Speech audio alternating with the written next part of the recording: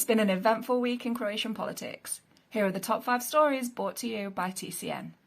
The Prime Minister has stated that times are changing and that young people should learn military skills. Prime Minister Plenković referred to the war in Ukraine, as well as the endless conflict between Palestine and Israel. He stated that young people should be taught military skills in these changing times and mentioned national service.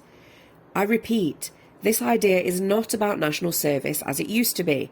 We're saying that under these new circumstances, it's necessary for young people to acquire skills that have not been learned by several generations now. This isn't an assessment being made solely by Croatia, and a number of other countries are also doing the same thing.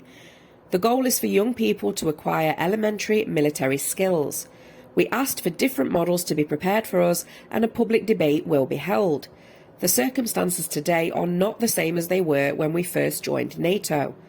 Many are not happy with Plenkovic's assessments, commenting that while he managed to avoid conscription, he now wants to send other people's children into the armed forces.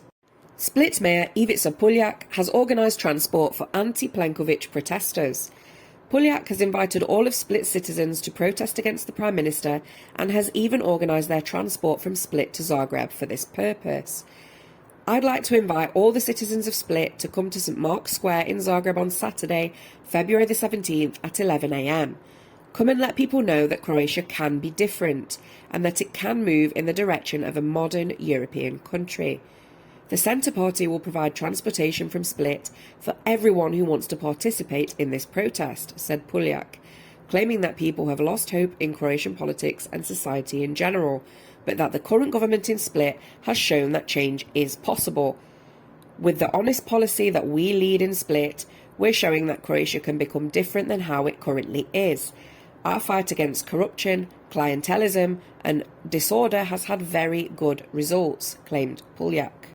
More abuse by Croatian employers of foreign workers comes to light as new laws loom. New laws on foreign employees are coming, and it seems we're uncovering more abuse and exploitation on the part of Croatian employers. 32 foreign workers have been found living in a state-owned property in Martićeva Street in the very centre of Zagreb.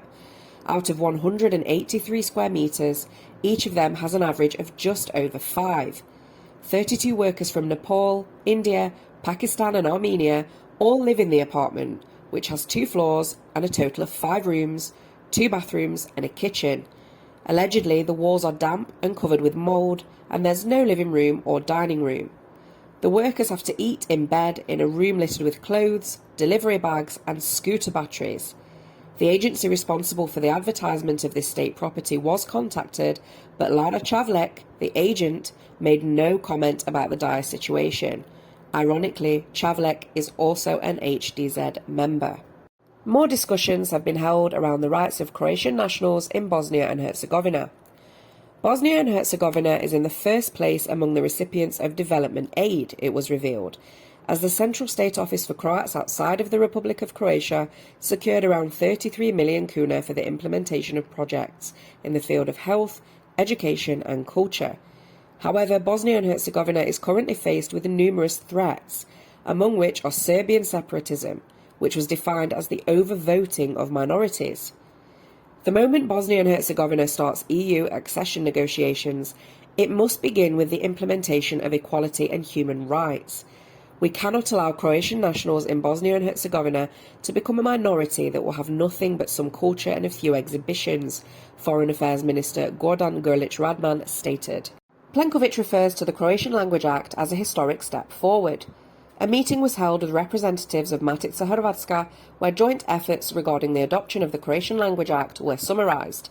He referred to the move as a historic step forward and thanked everyone who contributed to the adoption of this law.